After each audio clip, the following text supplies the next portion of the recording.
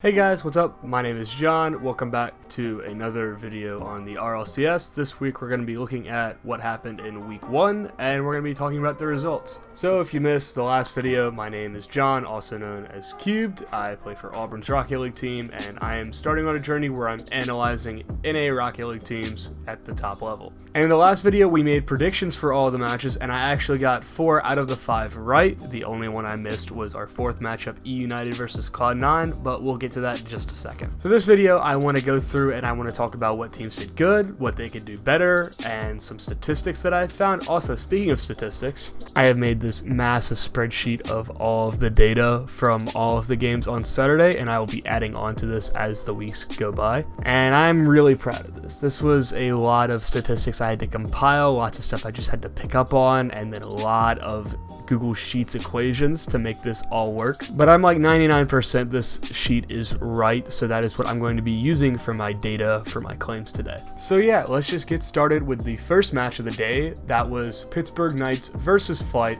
It was a 3-2 reverse sweep by Pittsburgh Knights, and I got this prediction correct. I thought that the Knights were going to beat Flight pretty handily, but that's not to say that Flight played bad. They definitely came to this season of RLCS ready to compete, and this series just shows that they fully deserve to be here in the top flight, and they nearly upset last year's number 3 team in A at the end of the regular season. Flight put on a ton of pressure this game offensively. They shot 48 shots, or that's an average about 9.6 shots a game, and the Knights were forced to save a lot of these shots. Doing the math, about 71% of the shots that Flight took were on target. You might be asking, how in the world did I get 71% for shots on target? And that's because I did the math for saves divided by shots was going to be shots on target. That might be wrong, but that's what I've used for this video, so just roll with it. 2 players really stood out offensively this series, and that was Seabass and Rapid. Seabass had a shot to goal percentage of 20%, and Rapid almost hit 30% shot to goal. And really, all 3 players for Flight shone defensively as well, getting 21 saves over the course of 5 games, with each player on Flight getting exactly 7 saves. Anyhow, just looking through these statistics and watching the game, it was very clear that this competition was close, and that Flight is definitely here to stay. Man, I am super scared that my prediction of putting them at last place is just going to be horribly wrong. However, the Knights' experience in Tier 1 Rocket League really showed as they reverse swept Flight 3-2.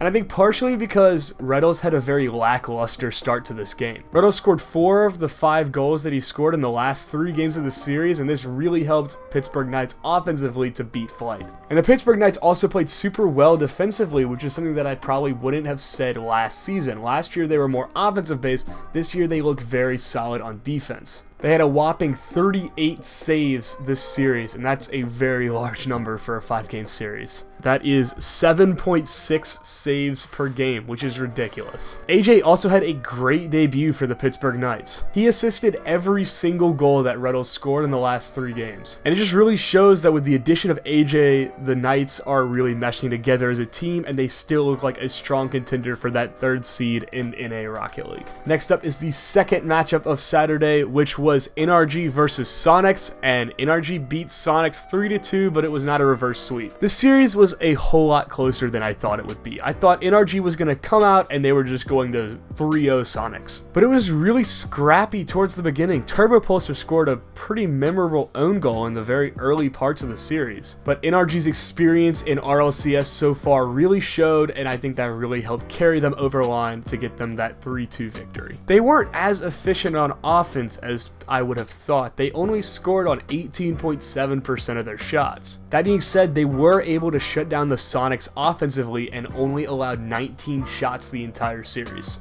Justin was also super quiet this series. He only scored 2 goals out of his 11 shots, making for a relatively low shooting percentage, but he even acknowledged on Twitter after the series that he did not play that well, so I guess that's that. We all have bad days, and I think this is the first time that I've really seen Justin just have a bad day. But Garrett G and Turbopulsar both made up for his slump, and they guaranteed a 1-0 start in league play in North America. The Sonics looked good, but they were really on their back foot for the entire series. And really the reason I'd say Sonics actually stayed in this and made it go back and forth some was because of Shock. Shock had 17 saves single-handedly this entire series. That's 51% of his team's saves. That's also an average of 3.4 saves per game. Shock played an incredibly good defensive game and just really had himself a day, so great job, Shock. The Sox also scored 7 goals this series, which might not seem like a lot, but they also took 34 less shots than NRG, meaning they were much more efficient with their shots, and when they got the opportunity, they took it. I'm really looking forward to see how the Sonics do this season. I think they'll be able to upset a few of the big teams, and I think that they'll have a pretty good season. Needless to say, both RLRS teams from last season are playing much better than I expected them to, and I look forward to seeing how they play the rest of the season. Next up, we have E United versus Cloud9, which really came as a shock to me because it was a 3-0 sweep from E United. I said this one would go back and forth, but I really did not know this was going to be a sweep by E United. And at this point, I'm just really confused with Cloud9. I thought they would come out of the promotion relegation tournament playing better,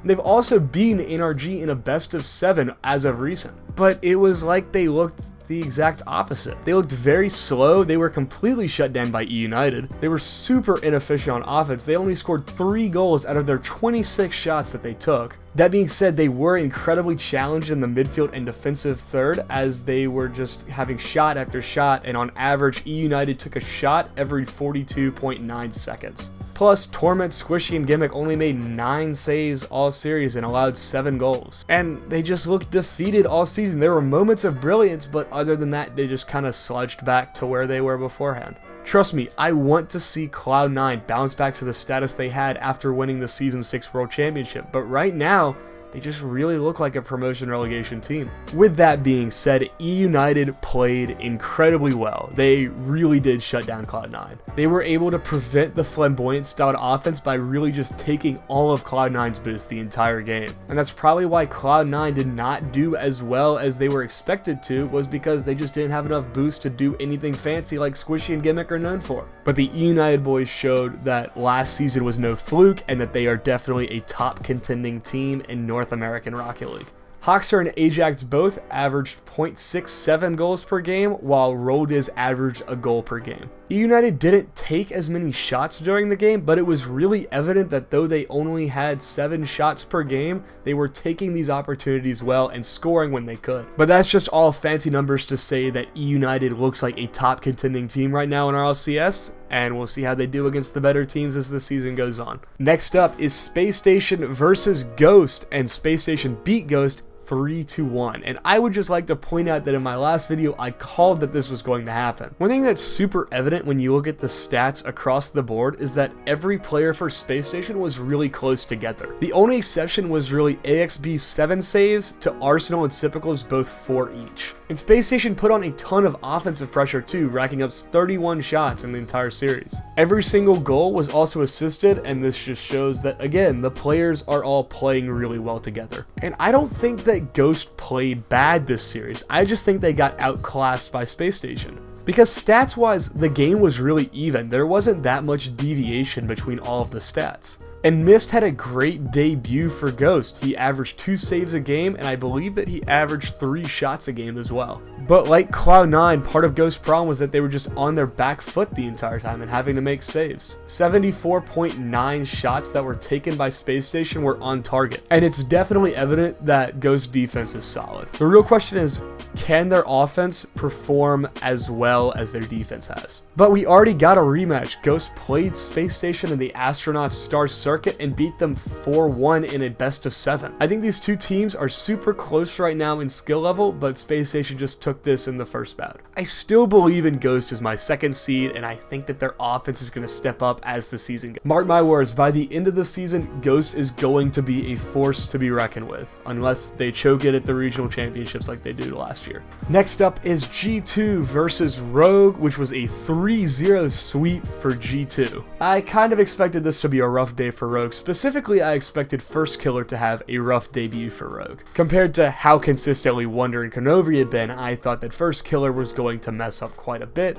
but it was just the opposite. First Killer was more involved with this team than I thought he was going to be in his debut, and he had an average score across 3 games of 330. And you gotta take it with a grain of salt.